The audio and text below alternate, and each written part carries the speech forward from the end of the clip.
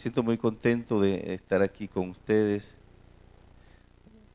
María Paula había coordinado este compromiso hace tiempo.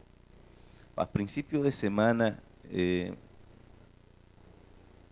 fui afectado fuertemente por un virus gripal que me ha dado duro.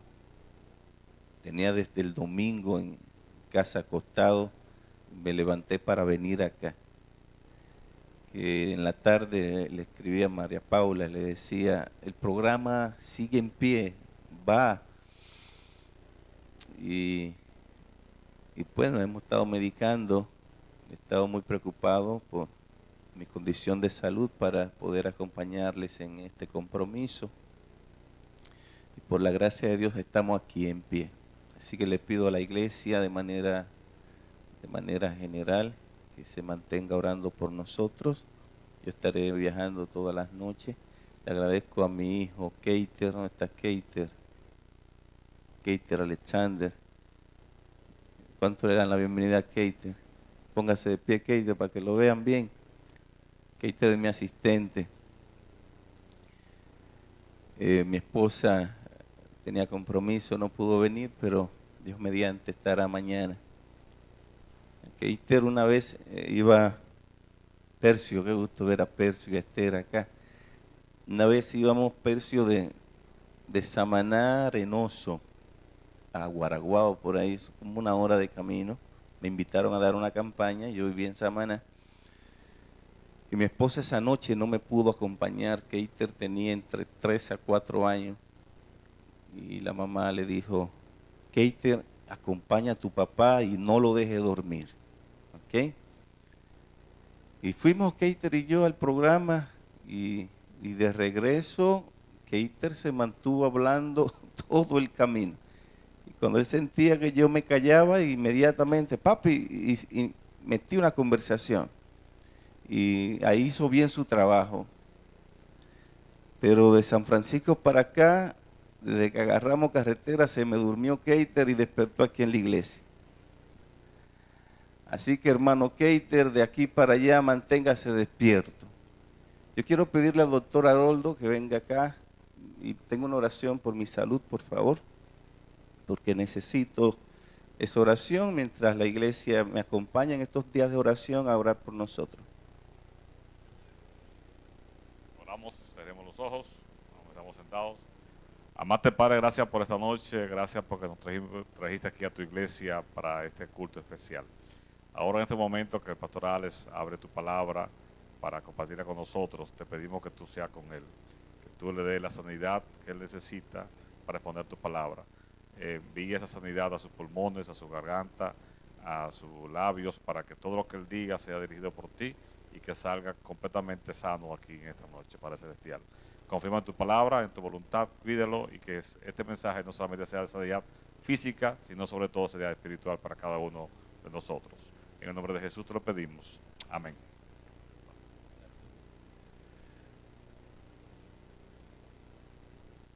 Fui pastor en una iglesia donde había muchos jóvenes y algunos jóvenes comenzaron a salir de la iglesia y eso preocupó grandemente a la junta directiva de la iglesia. Comenzamos a hablar con ellos para ver cómo podrían regresar. Y vi a un grupo de jóvenes reunidos y tuve este encuentro grupal con ellos. Yo les pregunté, ¿por qué se fueron de la iglesia? ¿Qué le hizo la iglesia a ustedes? Y ellos me dijeron, pastor, la iglesia no nos hizo nada. Nosotros nos fuimos de la iglesia porque descuidamos la oración y el estudio de la Biblia y Satanás nos llevó. Eso quedó plasmado en mi cabeza hasta el día de hoy.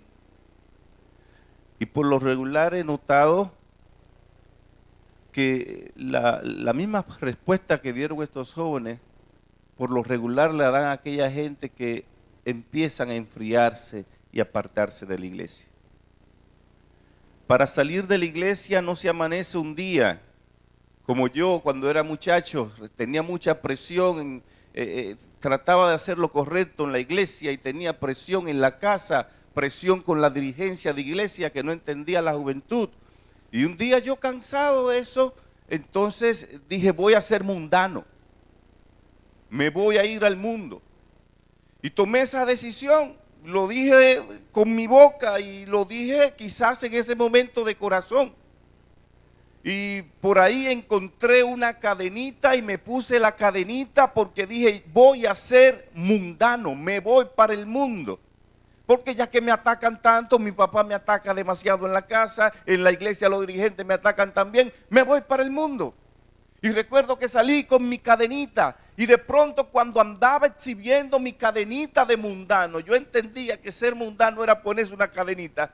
De pronto alcanzo a ver a alguien que yo le daba estudio bíblico, siendo muchacho. Y a distancia así, y me dio un poco de vergüenza que me viera con la cadenita y me la tapé.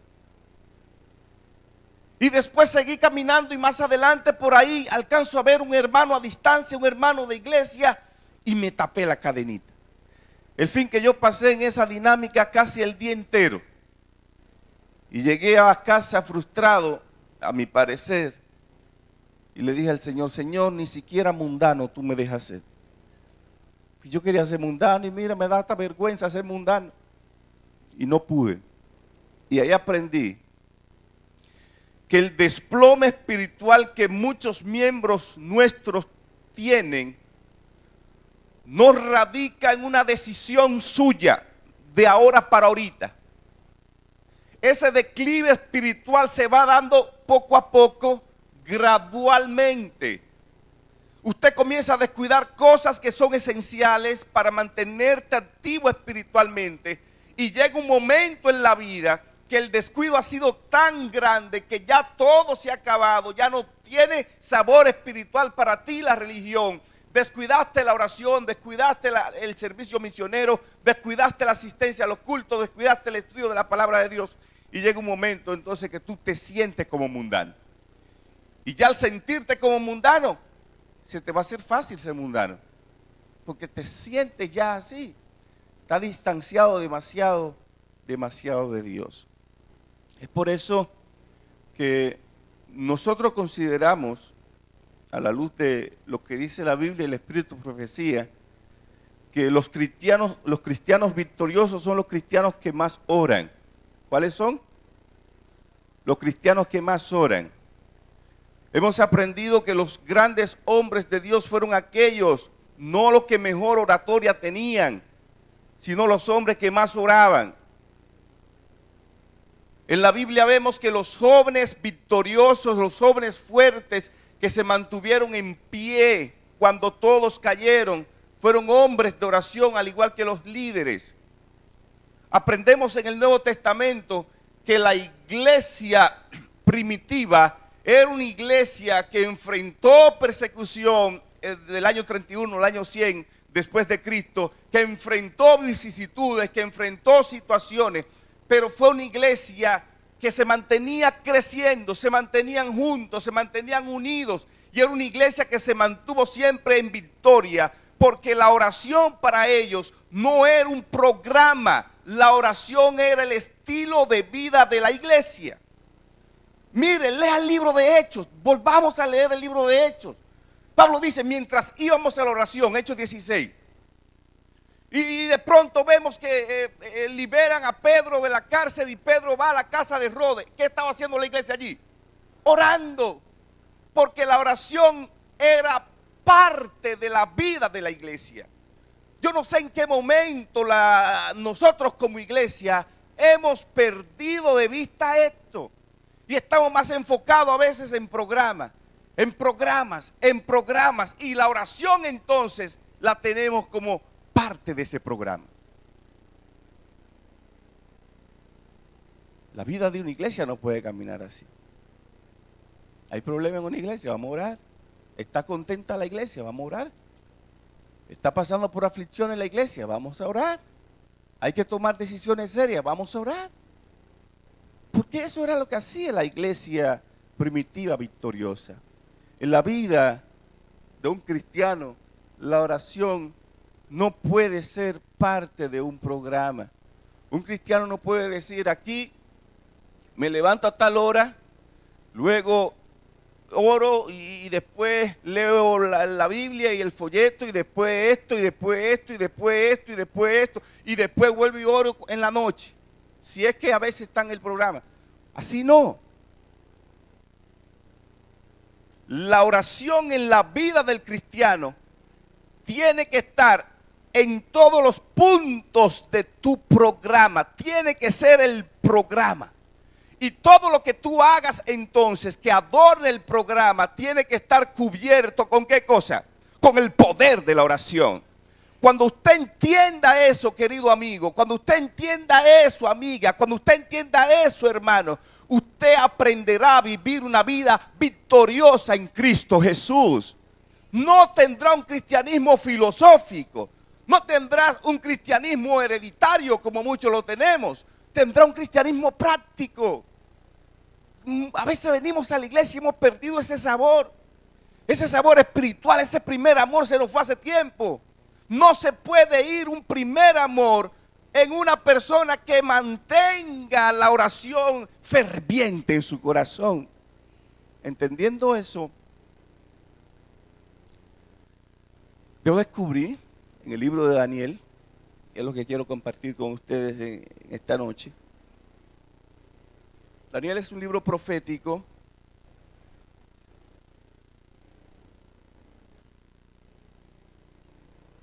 Abra su Biblia en el libro de Daniel, por favor.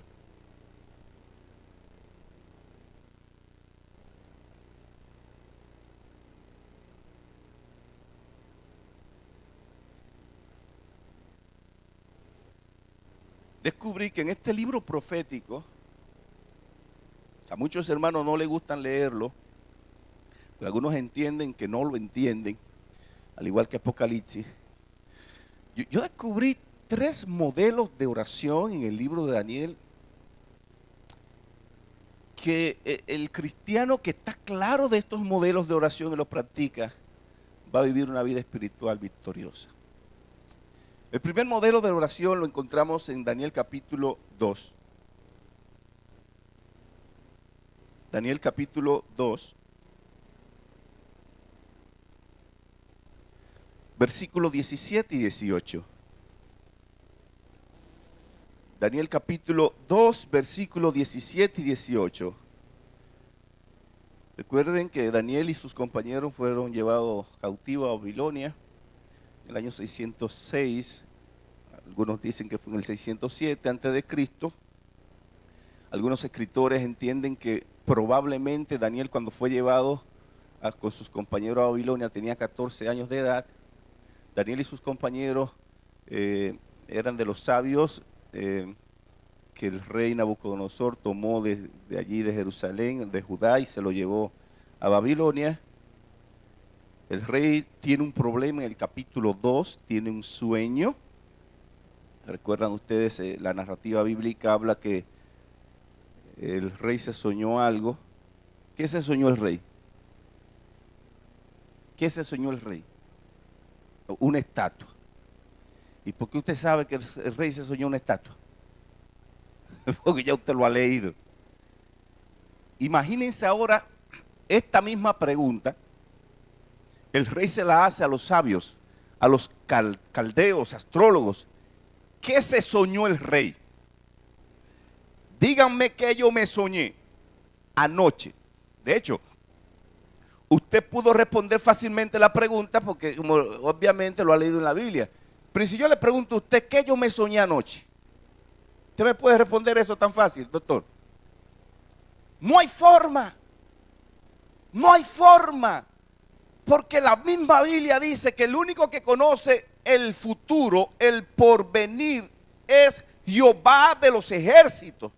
Yo no sé cómo hay gente todavía engañada creyendo que otro ser humano le puede acertar o adivinar su futuro. Todavía a esta altura de juego Hay gente que está mirando el tarot, está mirando los astros, está muy pendiente de eso, incluyendo muchos adventistas del séptimo día. Hay hermanos que se saben su signo del zodiaco. Pastor, ¿cómo sí? Se lo saben. Y cuando ven en el periódico algo, alguna revista que dice por ahí con respecto a esos signos, lo leen. ¿Para qué usted va a leer eso? Si usted no cree en eso, ¿qué va a estar leyendo eso? Y el diablo es tan astuto que es probable que él haga que lo que dice ahí coincida con lo que usted está viviendo.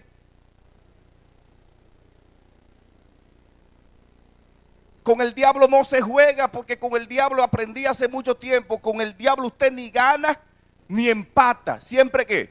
Siempre pierde. El único que conoce el futuro es ¿quién? Jehová de los ejércitos. Eso de que le está leyendo taza, yendo donde los brujos gastando dinero. Usted era pastor y todavía hay gente así. Sí, todavía hay gente que está gastando su dinero y creyendo en esas cosas. Nos mudamos de barrio, de ciudad. Mi familia nuclear, mi mamá, mis hermanos, mi hermano menor, llegó a un nuevo barrio, llegó a juntarse con personas que para nosotros eran desconocidas. Comenzó a moverse en ambientes raros. Muchacho que había crecido como yo en un hogar cristiano, con los mismos principios, con las mismas correcciones, las mismas enseñanzas, todo. Y un día alguien me dice en la calle, oye, ¿tú sabías que tu hermano es brujo?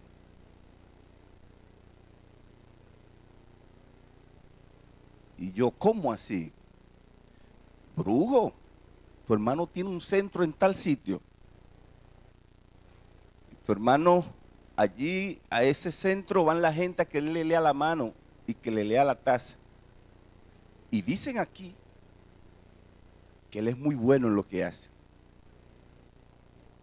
Mi hermano, yo apenas lo veía en la noche, porque estábamos estudiando en la universidad y apenas nos reuníamos en la noche en casa. ¿Cómo me va a pasar por la cabeza que yo estudiando para ser un pastor voy a tener un hermano brujo? Eso es cosas como que no pegan.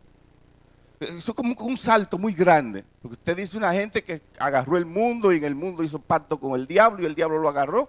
Pero estamos hablando de un muchacho crecido, nacido y crecido en la iglesia.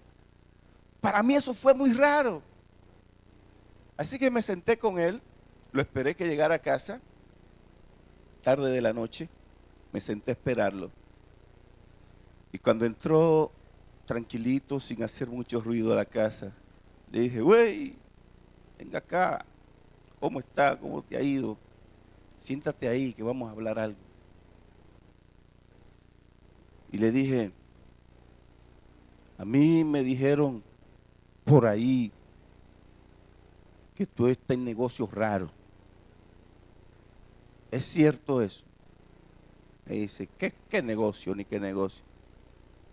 Le dije, mira, te voy a hablar claro, porque yo creo como que no nos estamos entendiendo. Me dijeron que usted es brujo. ¿Es cierto eso? Que usted lee la mano, que usted lee la taza. Dígame la verdad. Lo miro en los ojos así con su gestión.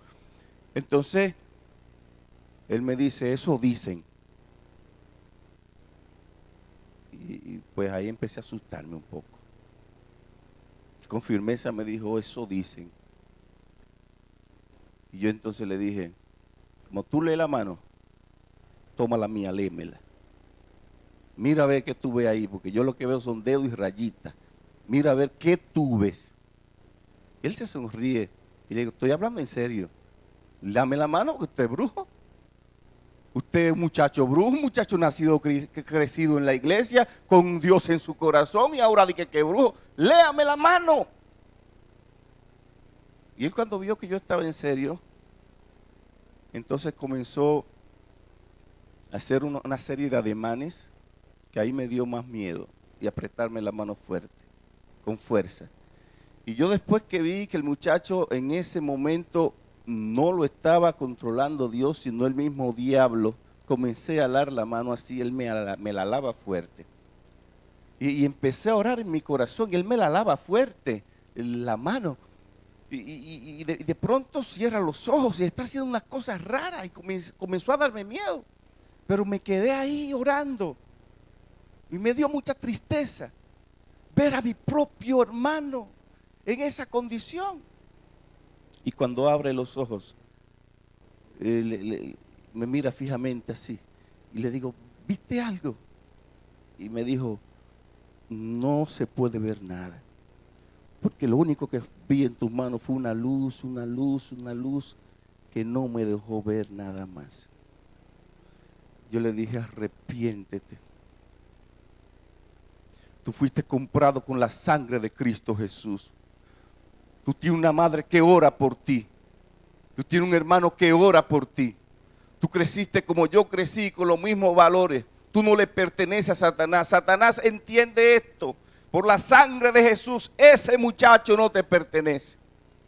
Y ahí entonces comenzamos a hacer un trabajo espiritual por la misericordia de Dios. Dios sacó a ese muchacho de ahí.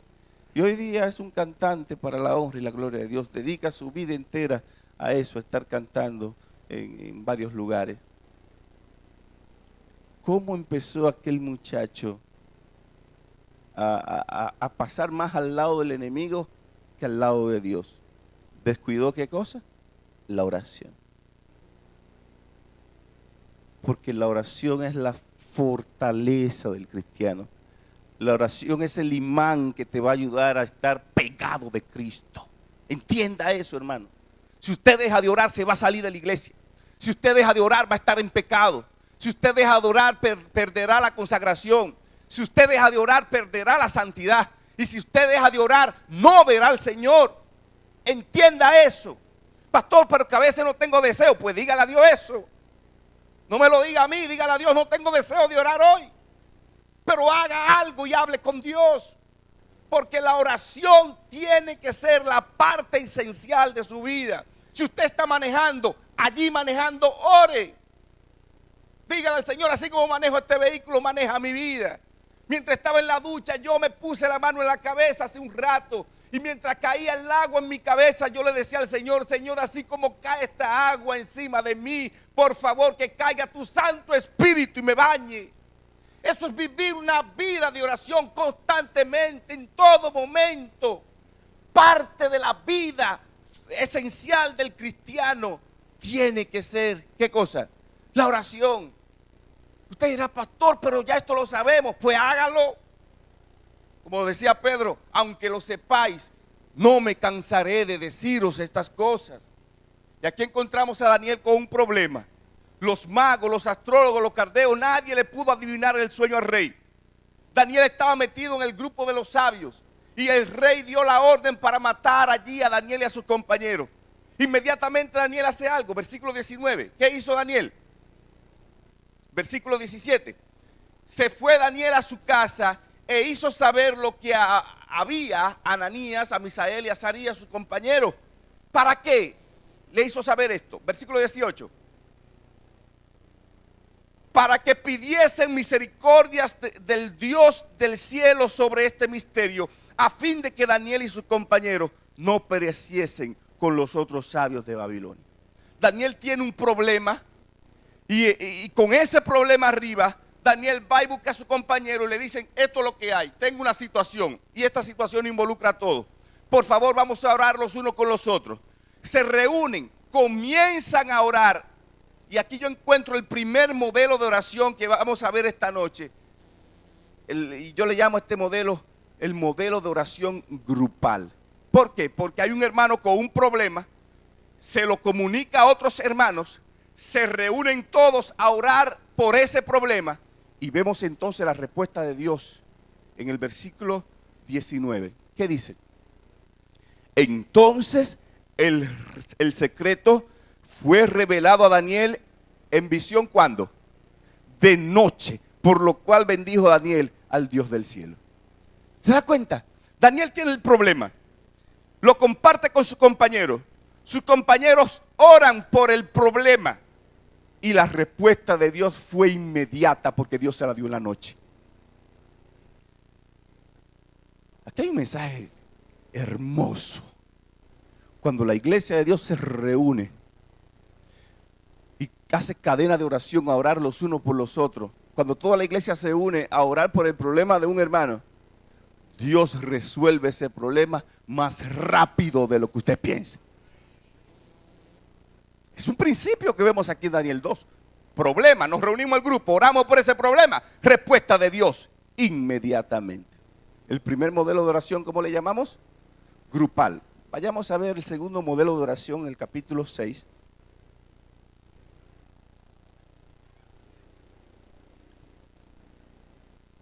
En el capítulo 6,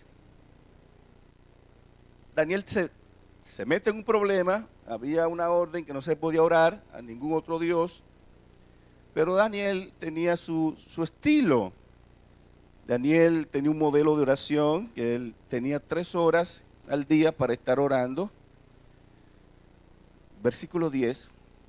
Y encontramos a Daniel, que cuando Daniel escucha que al que ore lo van a matar, Daniel sigue orando, pero lo hace escondida para que nadie lo vea. ¿Qué dice el texto? Versículo 10.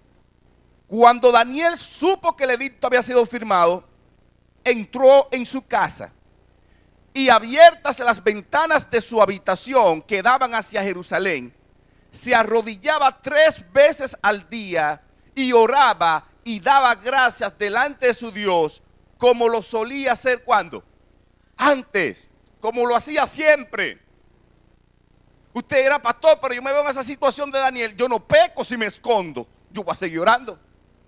Pero Daniel estaba claro que nadie, ningún edicto, ningún decreto, ninguna situación social, ninguna situación económica, ningún problema existente le iba a robar su programa de oración.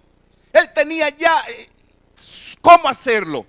Él sabía cómo hacerlo. Siempre abría las ventanas. Siempre lo hacía así. Nadie le iba a hacer que cambiara eso. Aquí vemos a un Daniel orando constantemente. En medio de un problema, cuando no hay problema, sigo orando. Hay hermanos que oran solamente cuando tienen un problema. Y oran. Cuando no tienen problema, no oran. De hecho, he conocido a hermanos que cuando usted lo ve en la iglesia es porque tienen un problema. Usted no lo ve en la iglesia mientras están sin situaciones duras, por aquí ni se aparece. De pronto lo ve, ya los hermanos saben, ese tiene un problema. Mira cómo está viniendo a la iglesia. Y así no, la vida del cristiano no puede ser así. Encontramos el segundo modelo de oración, la oración, ¿cómo? Constante. El primer modelo de oración, ¿cuál fue? El segundo modelo, oración constante. Y vamos a ver el tercer modelo y último modelo. Daniel capítulo 8.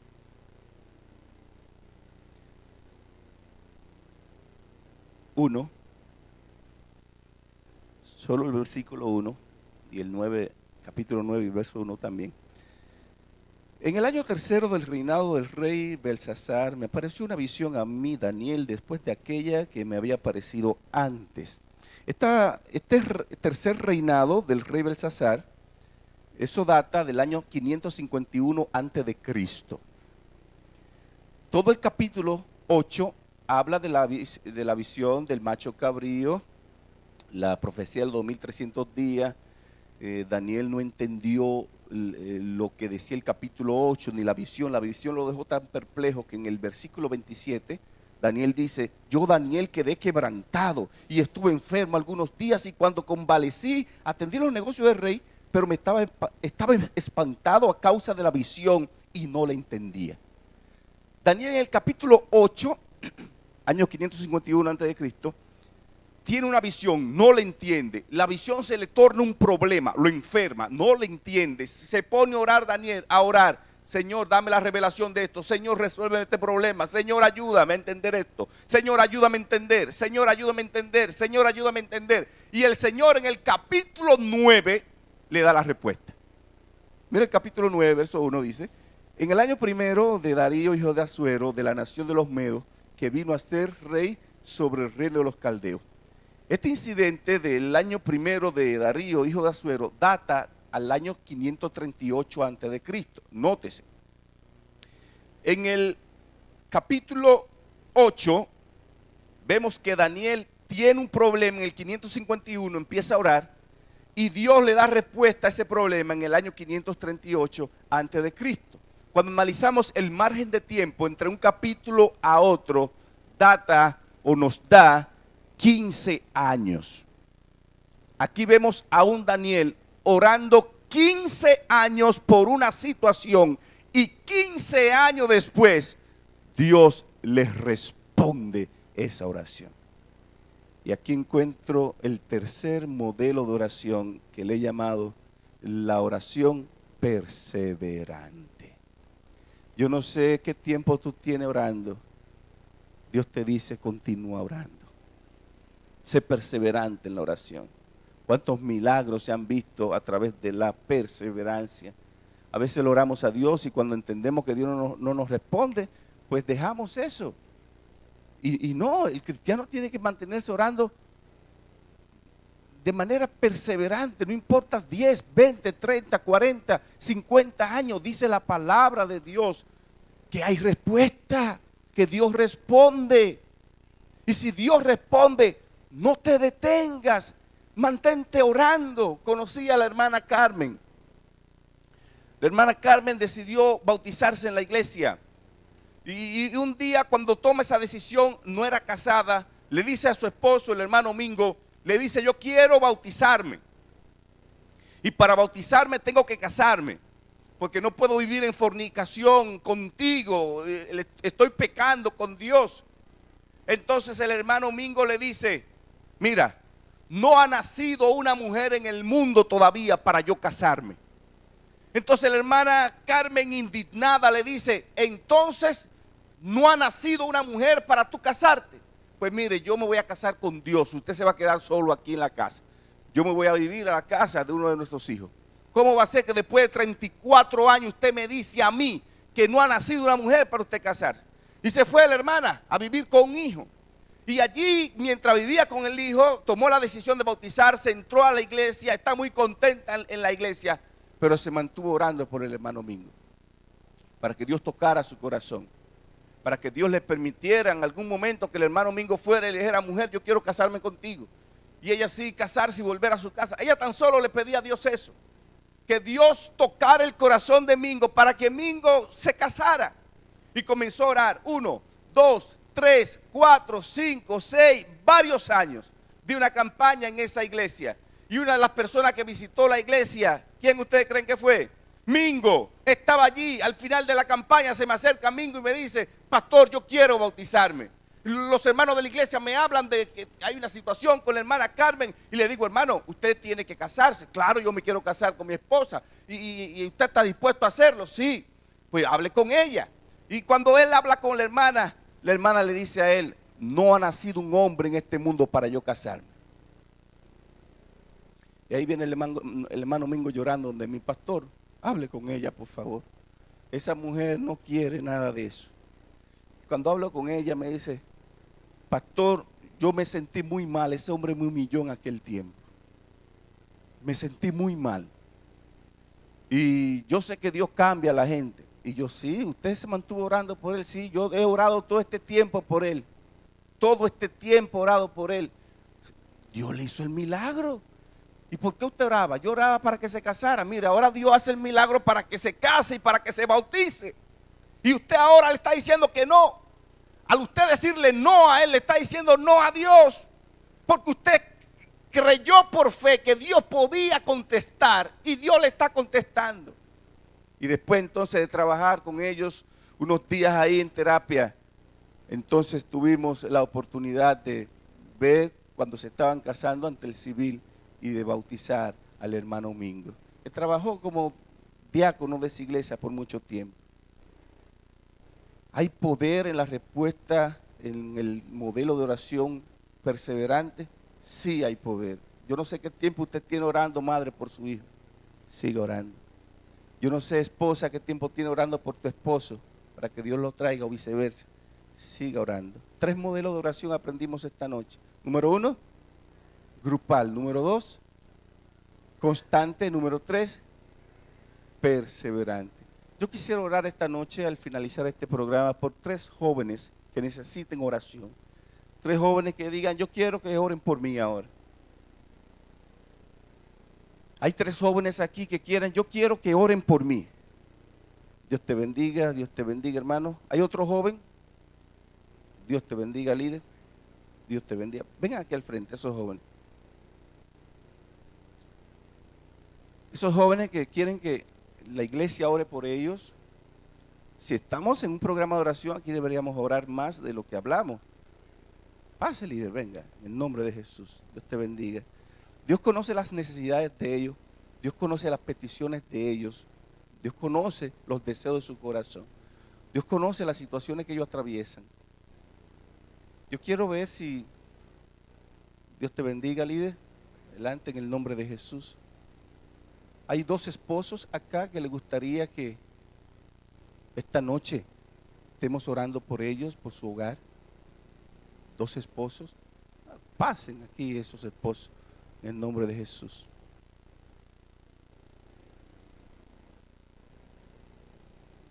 ¿Hay algún amigo que nos visita que no ha sido bautizado en la iglesia todavía? O si se fue bautizado, se fue de la iglesia hace un tiempo, que le gustaría que oremos durante este programa por él o por ella.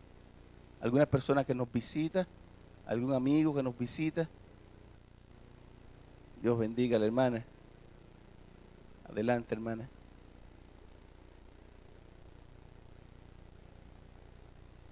Dios te bendiga. Ahora vamos a poner en práctica uno de los modelos que aprendimos esta noche. Yo quiero que se reúnan todos los esposos. Reúnanse ahí, por favor, en una esquina. Todos los esposos. Se reúnen por acá entonces los jóvenes acá y la visita que nos acompaña. Y vamos a tener el modelo de oración grupal. Los esposos van a orar los unos por los otros. Ustedes pónganse de acuerdo qué pareja van a orar. No oren todos por el factor de tiempo. Pueden orar más de una. Y comprométanse que durante el programa se van a mantener orando los unos con los otros. Venga para acá. Venga, líder. Pregunto a la congregación, ¿le gustaría a ustedes que oremos por ustedes también? Pónganse de pie en el nombre de Jesús, ahí donde están, y acompáñennos ahí en esta oración. Mientras los grupos oramos aquí, vamos a orar en silencio. Ustedes ahí donde están, oren en su corazón de manera personal, para que el Señor les ayude a poner en práctica estos 3 modelos de oración. La oración grupal, la oración constante y la oración perseverante. Y luego al finalizar, entonces yo termino orando.